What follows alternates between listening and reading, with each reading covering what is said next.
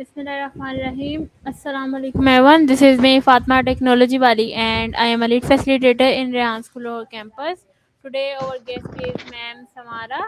So first of all, warmly welcome for my interview and thank you very much for joining us today. And we are going to have insightful conversation about her journey, experiences, challenges, achievements, and the lessons she learned along the way. And Ma'am Samara, thank you very much for joining us today. It's a pleasure to have you here, and we're excited to learn more about your story. Thank you, Fatima. I'm very excited to be here. Okay. So first of all, I want to just please give me an introduction. Do you want me to give you an introduction of myself? Yes? Yep. Introduction of yourself. Yeah, sure. Yep. So my name is Samara. I live in Australia, in Southeast Australia. I am a teacher. I work with in a vocational college and I help students. I teach English language by trade. I've been doing that for about 20 years. But at the moment, I'm actually helping apprentices in a vocational college with their reading, writing, and communication skills, and also with their digital skills. What else can I say? I enjoy music. I love being outdoors. I love gardening. Yeah. Great introduction. And you said you are a teacher. Which subject you teach us? Yeah, so I've been teaching English language for 20 years. I started teaching in Melbourne. I worked there for about 8 years, and then I lived in different countries abroad before I came back home to Australia. When I returned to Australia in 2018, and then I started working at a vocational college. So I was teaching English language there to begin with, and then I moved across into a different area. So I teach the foundation skills, basic reading skills, writing skills, things like that. So my job is to support apprentices with their theory, learning their theory, and to help them succeed with their studies. Quite often, apprentices are very good with creating things, making things, and doing a lot of the work with their hands. But when it comes to getting their ideas onto paper or into the computer, sometimes they just need a bit of help with that to get started at least. So that's my role. It's very rewarding, very satisfying. I work 5 days a week, well, almost 8 hours a day, pretty much 7.6 hours a day. Yeah. So it's a really rewarding role.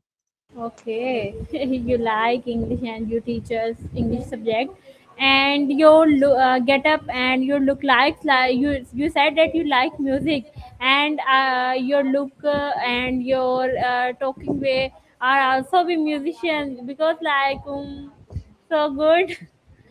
Yes. Absolutely. Yeah, thank you. Yeah. Okay.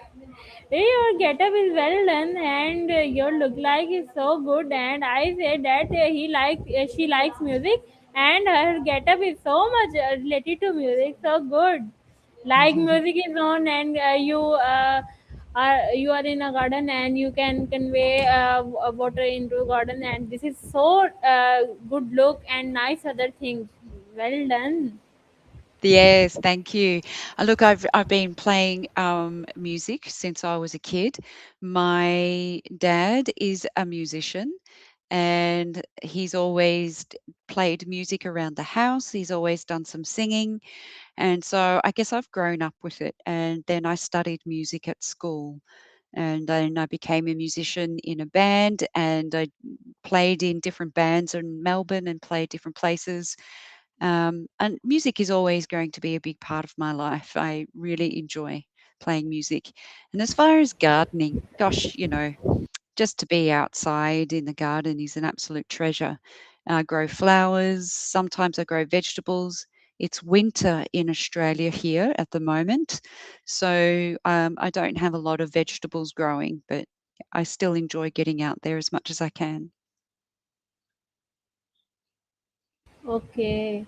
So my next question is that which music do you like most? Like Punjabi, like Sidhu Moosewala, like Diljit, like your what is your choice related to music? Like English music, like Arabic, like Urdu, like Punjabi. Which music do you like most?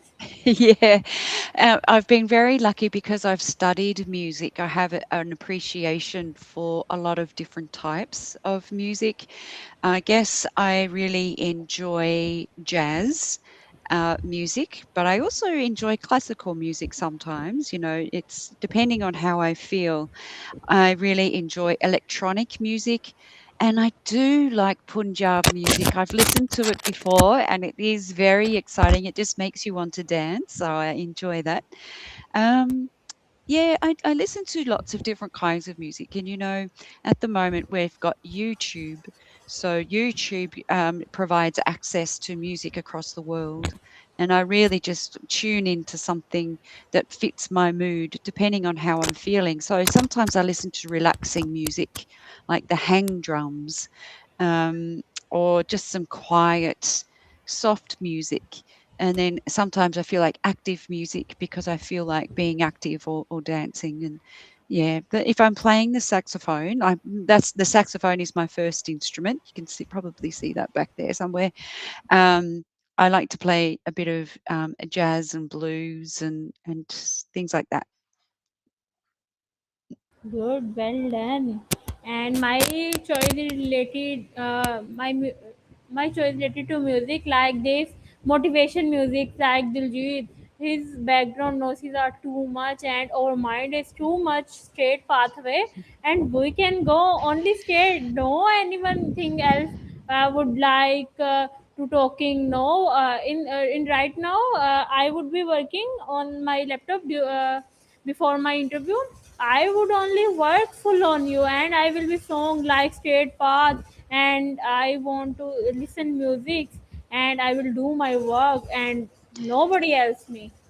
I know exactly what you mean. So if I'm at work and it gets really noisy in the office, I put my headphones on and I listen to music while I'm working. Absolutely. It's a very good thing to have, isn't it? Okay.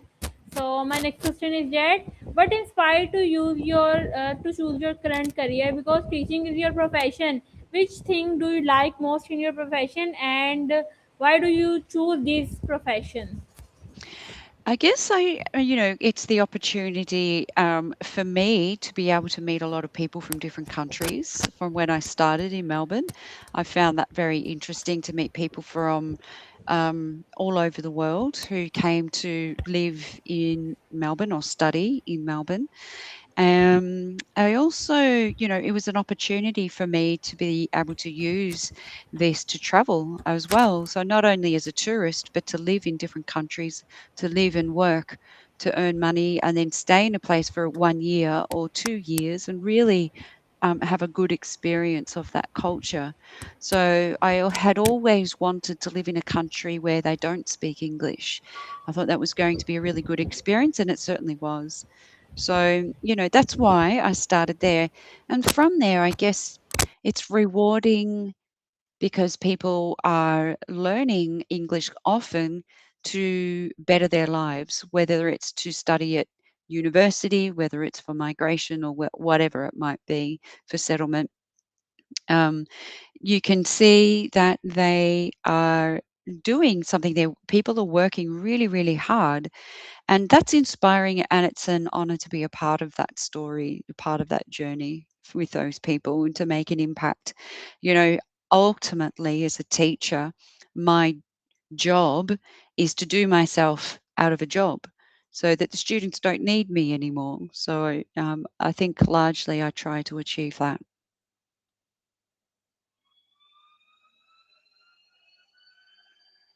Great.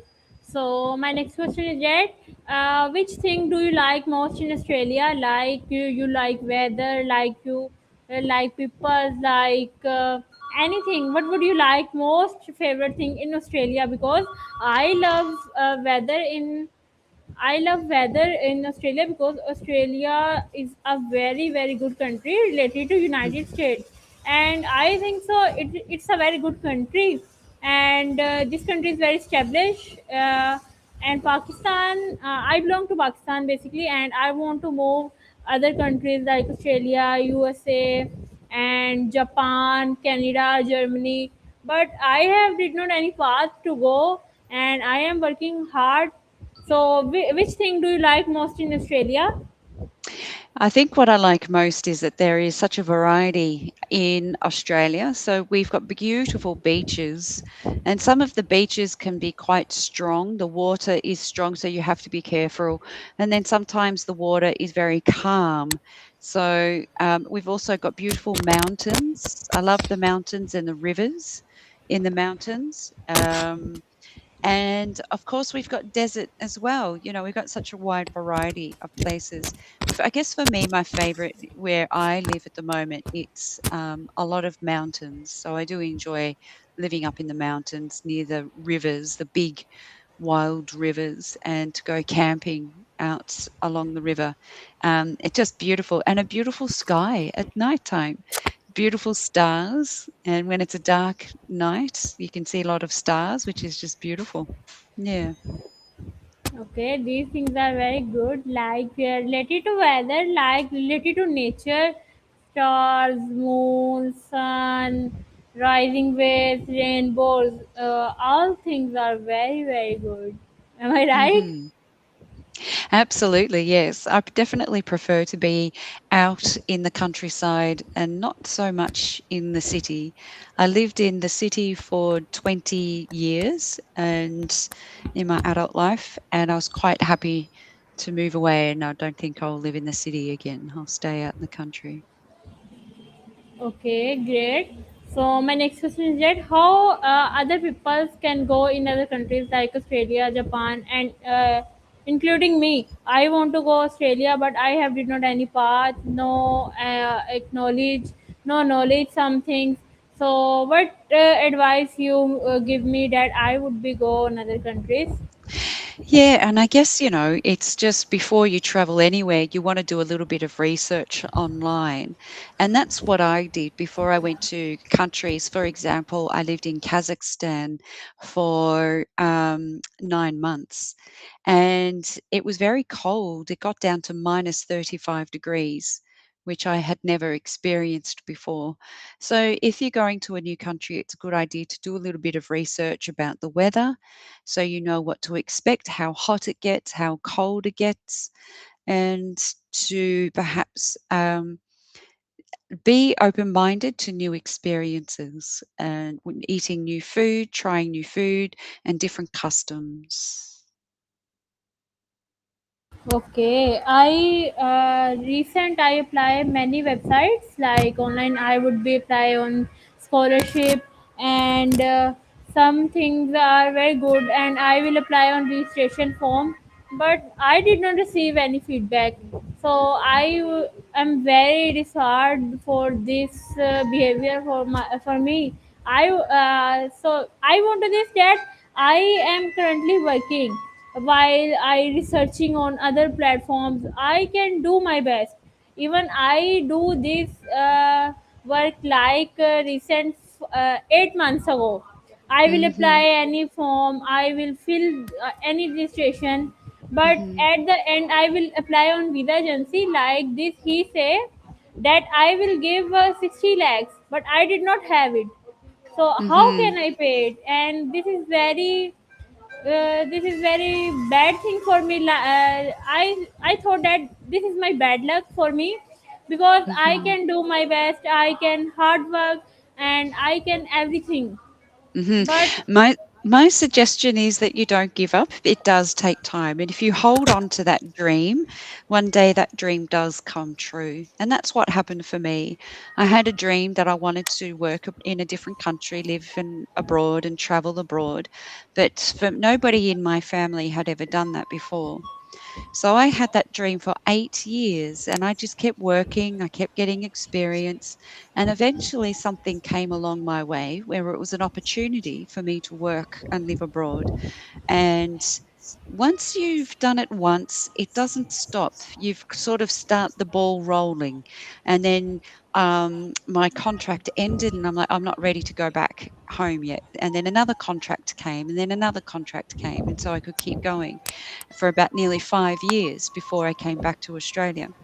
So you might feel a bit disheartened and you might get a little bit frustrated. But if you stay with your dream and just keep doing what it takes, taking steps, and eventually an opportunity will come your way. And it may not be Australia, or maybe Canada, maybe Japan, like you said. It could be, any of the countries that you really look forward to going to. And of course, it will happen. It just might not happen the way you expect it to or when you expect it to. Yes, thank you. You give me a motivation, but Good. I hope so. That's look like in my life, and I will go other countries. I hope, Of but course. Yeah. still, I believe in God, and I do my best. hmm But I did not know how I stand. Well, So that's the thing, if you just keep doing what you're doing, keep having the conversations, if you keep visualizing yourself traveling, keep looking at the aeroplanes leaving the airport and watching them come back, wondering where they're going and who's coming and going, those sorts of things. If you just put it into your mind, eventually those experiences will come to you. hmm okay, tomorrow I am very disheartened for my work, and I am a web developer. I create many websites, hmm and I do my work on LinkedIn and Upwork, Fiverr, and this work I will do like 6 months ago, and I am a web developer. I design many websites. Like I tool use. I make websites using tools like Cloud, Lovable, Zapier, Figma, and other tools. But I did not have any client yet, and I will try my best like this process. And I messages other foreigners for see my demo websites, but somebody has not response me. hmm So I will do my best and best, but hmm I did still I hope, but I don't believe. It takes So time. what I you think that's probably the key. Exactly what you said there, Fatima. You need to perhaps think about, instead of saying I don't believe, say I do believe it will happen one day. I do believe it will happen soon. Or you might say I do believe it is I happening did right not know now. one day is what happened. I That's right. don't know. hmm I No, you don't know. don't One know. day it might happen. I Exactly. don't But you know. keep working towards it. And how about this? Sometimes, if you think about it, it's the journey and all of the things that you learn on the way to going there. It's not about getting to your destination, it's about enjoying the time that you have to learn all of the things that you need to learn to get to where you want to go. I don't know how my life is too much long. So I believe in every stage. I I think think if that you. there is no past in my life. So I believe it. Mm, okay. This is hmm not good. Am I hmm right? No, no. I think perhaps if you could find perhaps. Let's see now. If you think of every day, if you think of at least three things that you can be grateful for, and before you go to sleep at night, think of three things that you're grateful for. And there's always going to be something that you're grateful for. You're grateful for your food, you're grateful for the air that you breathe, grateful for your family and friends, whatever it might be. But if you think of three things at the end of each day when you go to sleep, you sleep restfully and you wake up ready for the next three things the next day. And you keep that positive mindset, and that will help carry you through when it feels difficult. Of course, it is.